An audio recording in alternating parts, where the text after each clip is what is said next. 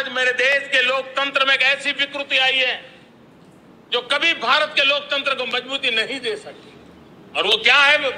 बीमारी परिवारवादी पार्टियां। कि आपके गठबंधन के माननीय चिराग पासवान जी कौन है? स्वर्गीय रामविलास पासवान जी के पुत्र हैं। तो मोदी जी को हम याद दिलाना चाहते हैं, बिहार में जो आपके भाजपा के कैप्टन हैं, जो भाजपा के प्रदेश अध्यक्ष, जो माथा में पगड़ी बांधे हुए हैं, उनका नाम है माननीय सम्राट चौधरी जी। वो कौन है? वो सौगनी चौधरी जी के पुत्र। देहात में कहावत है, काठ की हारी बार बार नहीं चढ़ता, एक बार चढ़ता है। 2 बार सर काठ की हारी चढ़ चुकी है। तो एक बार तो काठ की हारी थी और दूसरी बार कोयला का हुआ, और अंतिम में तो अब अंतिम है, ये भस्म होना है, निश्चित है। 15 अगस्त पे नरेंद्र मोदी जी का लाल किले से भाषण आप सुन लीजिए। परिवारवाद पे उन्होंने कड़ा प्रहार किया है। पहले भाषण सुनिए, फिर हम बात करेंगे। मोरवा से विधायक हैं, समस्तीपुर मोरवा से रणविजय साहू जी, प्रदेश प्रधान महासचिव भी हैं राजद के। पहले आप भाषण सुन लीजिए। आज मेरे देश के लोकतंत्र में एक ऐसी विकृति आई है जो कभी भारत के लोकतंत्र को मजबूती नहीं दे सकती। और वो क्या है? बीमारी परिवारवादी पार्टियां। और उनका तो मंत्र क्या है? Party of the family, by the family and for the family. इनका तो जीवन मंत्र यही है कि उनकी पॉलिटिकल पार्टी, उनका राजनीतिक दल परिवार का, परिवार के द्वारा और परिवार के लिए, परिवारवाद और भाई भतीजावाद प्रतिभाओं के दुश्मन होते हैं, योग्यता को नकारते हैं, सामर्थ्य को स्वीकार नहीं करते हैं। और इसलिए परिवारवाद इस देश के लोकतंत्र की मजबूती के लिए उसकी मुक्ति जरूरी है। ये भाषण था, परिवारवाद इस देश में विकास के लिए मुक्ति की आवश्यकता है। क्या लगता है सर, जिस प्रकार से अटैक उन्होंने किया है, तेजस्वी यादव पे अटैक है, आपके राहुल गांधी पे अटैक है, अखिलेश यादव पे अटैक है, तो कैसे लेते हैं आप लोग इसको? देखिए, देश के माननीय प्रधानमंत्री जी मोदी जी ने जिस प्रकार से आज स्वतंत्रता दिवस के अवसर पर देश को संबोधित किया, तो देश को, लोगों को काफ़ी निराशा हुई।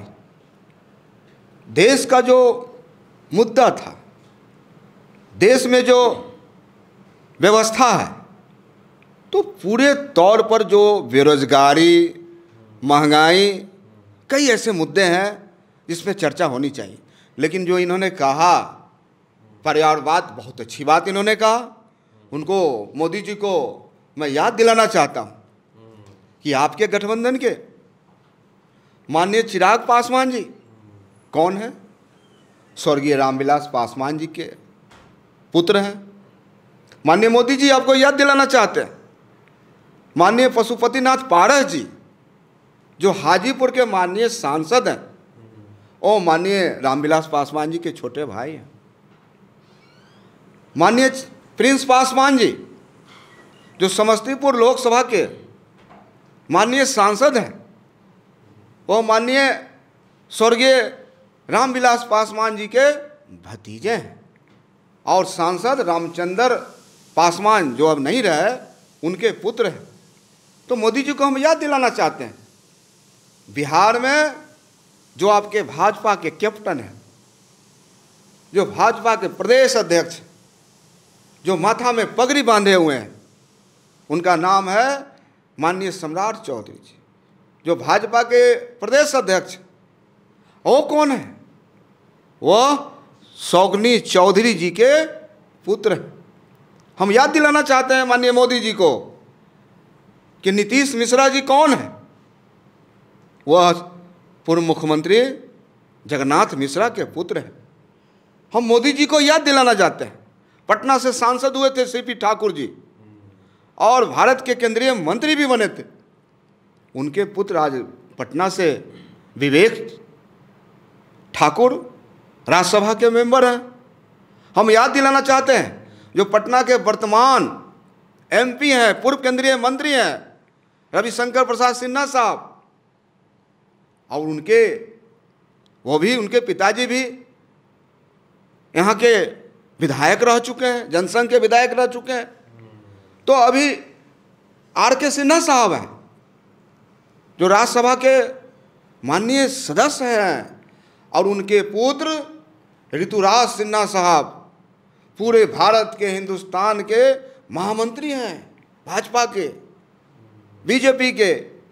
हम याद दिलाना चाहते हैं इनके गठबंधन जीतन राम मांझी साहब जो पूर्व मुख्यमंत्री रहे हैं, उनके पुत्र संतोष मांझी जी अभी हाल में ही गठबंधन में गए हैं। उनकी समधिन ज्योति मांझी जी, ऐसे दर्जनों उदाहरण है बिहार में। तो मोदी जी किनकी बात करना चाहते, क्यों मुद्दे से आप देश को भटकाना चाह रहे हैं? देश में मुद्दा है महंगाई का। सर एक सवाल रहेगा, उनका तो SP हो गया, उन्होंने पहले भी भाषण दिया है, और इस बार तो क्लियर हो गया लाल किला से कि वो परिवारवाद पे, भ्रष्टाचार पे आपको घेरेंगे। लालू जी कन्विक्टेड हैं, उनको लेके सवाल है, सब उनके साथ मिल गए, इस सब पर तो ये तो रहेगा चुनाव में, तो फिर कैसे काउंटर करेंगे आप? देखिए, जनता बड़ी होती है इस लोकतंत्र में। बाबा साहब ने जिस संविधान का निर्माण किया, आज उस संविधान पर अटैक हो रहा है।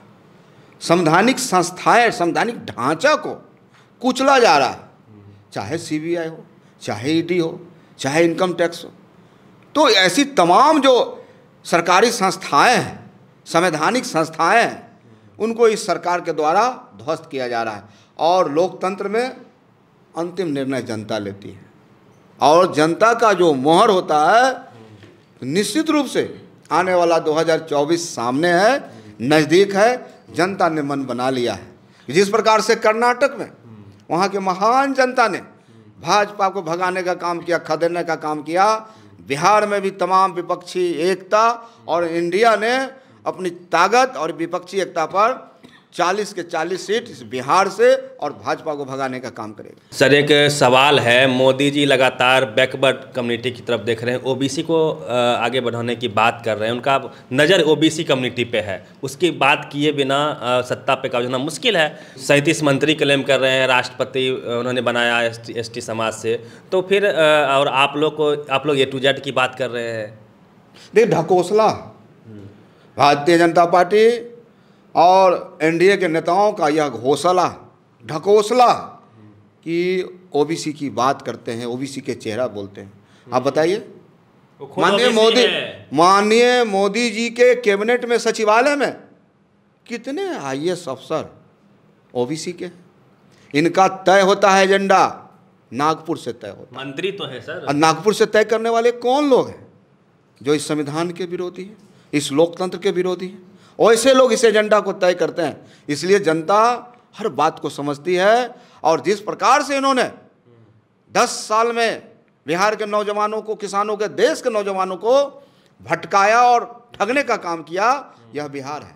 बिहार जो सोचता है करता है, और बिहार हमेशा से अंगराई लिया है, इसका अगुवाई भी करता है। महात्मा गांधी ने इसे बिहार को अंग्रेजों की गुलामी से, जंजीरों से छुड़ाने के लिए चंपारण की धरती को चुना था, और बिहार से ही चिराग जी कह रहे हैं 40 में 40 जीतेंगे, पूरी तैयारी है सर। चिराग जी झूठा बयान दे रहे हैं, और ये लोग बयान देने में माहिर हैं।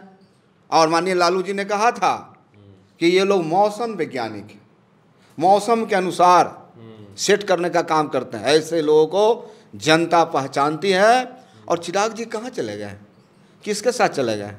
चिराग जी किसकी राजनीति करते हैं? रामविलास पासवान जी किसकी राजनीति करते हैं?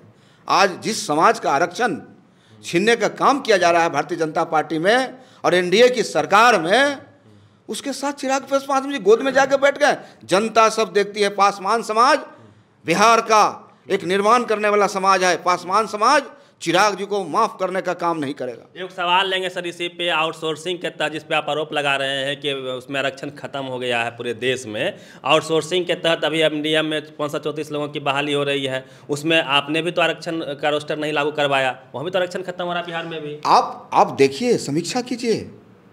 रेल में जब नौकरियाँ होती थी, इसी देश में 17 लाख लोग, रेल में एशिया का सबसे बड़ा संस्थान था नौकरी का, आज 11 लाख लोग, कहाँ गए 6 लाख?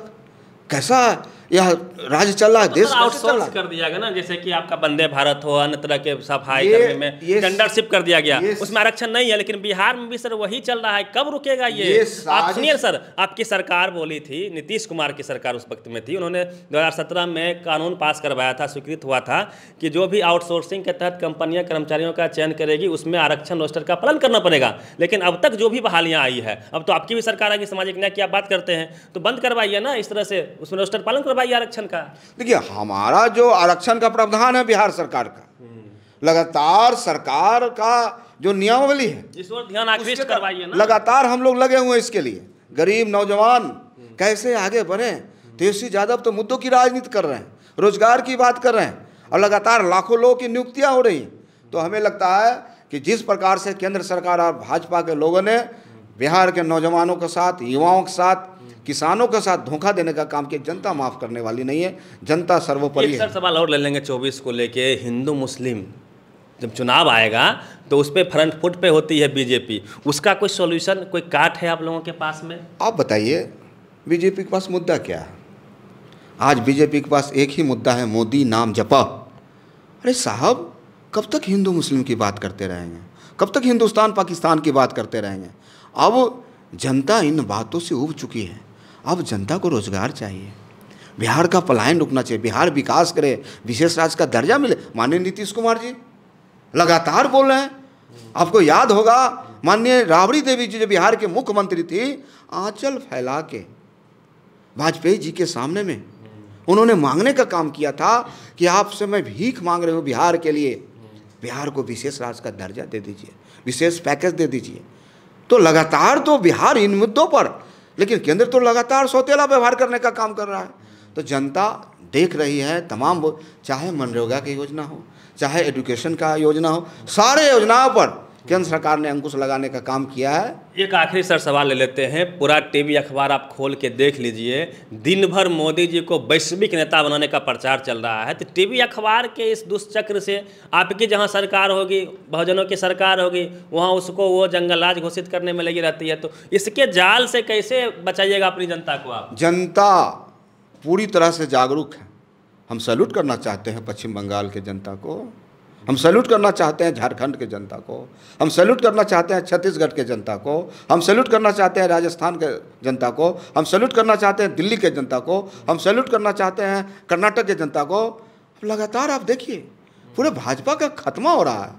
फिर भी टीवी अखबार जिता देगा 24 में बीजेपी को। काठ की हारी, देहात में कहावत है, काठ की हारी बार बार नहीं चढ़ता, एक बार चढ़ता है। इसलिए मोदी जी का अब बिल्कुल 2 बार सर काठ की हारी चढ़ चुकी है। तो एक बार तो काठ की हारी थी और दूसरी बार कोयला का हुआ, और अंतिम में तो अब अंतिम है, यह भस्म होना है, निश्चित है। 24 में भस्म होना निश्चित है, पूरा भस्म होना। इंडिया आ जाएगा पूरा एक तरह से इंडिया, चूंकि मुद्दा एक है, इस लोकतंत्र की रक्षा कैसे करें, संविधान की रक्षा कैसे करें, तमाम लोग इस मुद्दे पर एकजुट हैं। चलिए, रणविजय साहू जी थे, मोरवा से विधायक के प्रदेश प्रधान महासचिव हैं आरजेडी बिहार के। और मैं आपको स्पष्ट कर दूं कि टीवी अखबार का जो दुष्प्रचार है उससे जो विपक्षी दल है, इंडिया है, वो कैसे बचेगा, यह सवाल बना रहेगा। पूरी बातचीत पर प्रतिक्रिया दीजिए। Ravi Mehta, the activist, Patna.